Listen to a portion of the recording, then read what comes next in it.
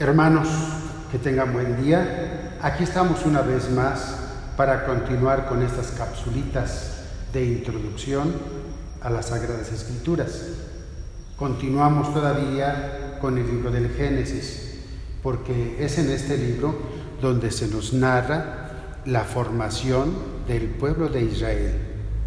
Y esto nos debe de quedar muy claro porque va a tener mucho que ver con todo el desarrollo de la historia de la salvación, que como decíamos, el pueblo de Israel, un pueblo que no existía.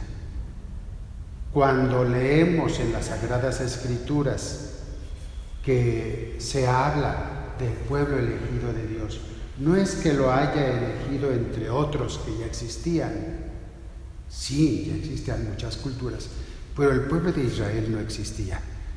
Así pues, hermanos, recordamos que Dios se formó este pueblo, el pueblo de Israel, con fines que son obvios.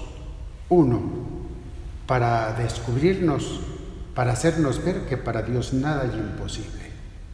De dos ancianos nace el hijo, el primer hijo, el hijo de la promesa, Isaac. En ese tiempo, Sara y Abraham ya están en Canaán, están establecidos en Canaán, en la tierra que Dios les prometió a él y a sus descendientes. Allí, estando en Canaán, después de que nace Isaac, llega a la edad adulta y también se casa. Isaac se casará con Rebeca, una mujer de su pueblo, de su familia. Abraham pide que vayan a traerle una esposa a su hijo Isaac, de allá de su propia raza, de su propia familia, y traen a Rebeca. Bien, Isaac y Rebeca tienen hijos mellizos.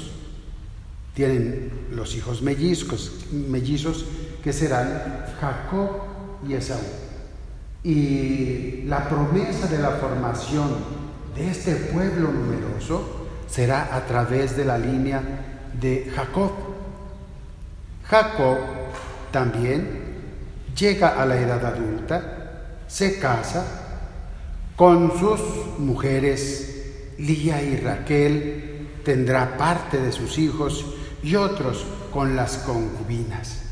En total, Jacob, al que Dios le cambia el nombre de Jacob por Israel, tendrá en total un número de 12 hijos. Se habla también de una hija, Dina. Bien, hermanos, pues estos 12 hijos de Jacob, después ya con el nombre de Israel, serán los patriarcas de las 12 tribus del pueblo de Israel. Se va cumpliendo la promesa. A Dios que llama a Abraham y a Sara. Abraham y Sara que conciben y dan a luz a Isaac. Isaac que crece, que se casa con su esposa Rebeca, y ambos conciben a sus hijos mellizos, Jacob y Esaú. Y decíamos que la promesa de la formación de este pueblo numeroso, como las estrellas del cielo, como las arenas del mar, a quien Dios le prometió cuidarlo y protegerlo, formar un pueblo santo, un pueblo elegido, un pueblo apartado para Dios, va tomando forma. Decíamos que la promesa de formación del pueblo de Israel se llevará a cabo por medio de Jacob, sus 12 hijos.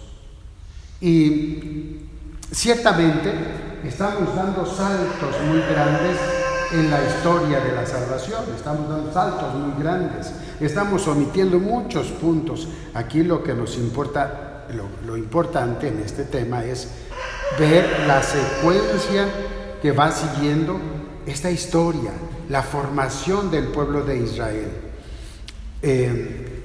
donde en su momento se cumplirán todas las promesas que Dios había hecho desde Abraham. Bien, los hijos de Jacob crecen, se casan, forman sus familias, pero en eso estaban cuando viene en Canaán un tiempo muy difícil. Sequías, los campos no producen frutos, se pierden los ganados y entonces tienen que huir a un lugar donde puedan sobrevivir. Este pueblo que apenas va empezando a cuajar, este pueblo que apenas va empezando a formarse, tiene que huir a un lugar donde puedan sobrevivir. Dije hace unos momentos que estamos dando saltos muy grandes en la historia, en esta parte de la historia de la salvación. Cuando estas familias emigran a Egipto, uno de los 12 hijos de Jacob ya se les había adelantado, ya estaba en Egipto. Él era nada menos que el administrador del faraón, del rey de Egipto. Era el administrador de todos los bienes de Egipto.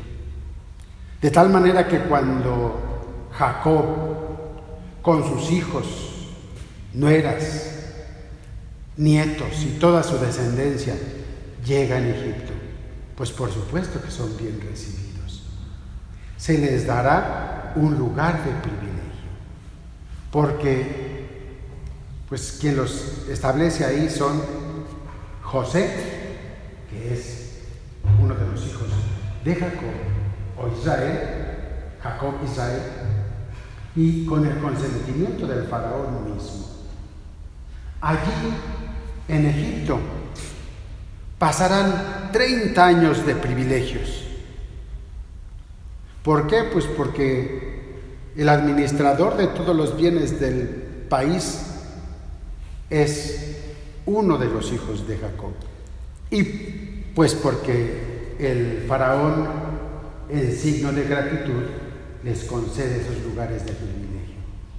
Así pues, hermanos, el pueblo de Israel, las primeras familias que van empezando la formación del pueblo de Israel, llegan a Egipto en condiciones muy favorables y de muchos privilegios. Decíamos, allí vivirán varias décadas de comodidad y de privilegios, pero José muere, el faraón muere, el pueblo de las familias descendientes de Jacob se van multiplicando y los egipcios empiezan a ver que este pueblo puede ser un peligro para ellos. Se multiplicarán, crecerán y serán para ellos un riesgo. Así que hay que someterlos a la esclavitud. Nos vamos a quedar aquí, hermanos, porque por allí termina el libro del Génesis, pero es muy importante que sepamos dónde tiene su origen el pueblo de Israel, cómo se forma el pueblo de Israel, cuáles son las promesas del pueblo de Israel. Este pueblo que Dios se formó, habiendo tantos, porque Dios quiere formarse en un pueblo al que Él vaya instruyendo desde el principio. Un pueblo santo, un pueblo elegido, un pueblo para Él, que cumplirá sus promesas. Un pueblo que tendrá como misión hacer que el conocimiento del único Dios verdadero llegue a todas las naciones y que en este pueblo también llegado el momento, en ese pueblo nace el Mesías, el que ya se había anunciado desde Génesis. Sí, estamos en el Génesis. Desde aquel texto que llamamos el protoevangelio de Génesis 3:15.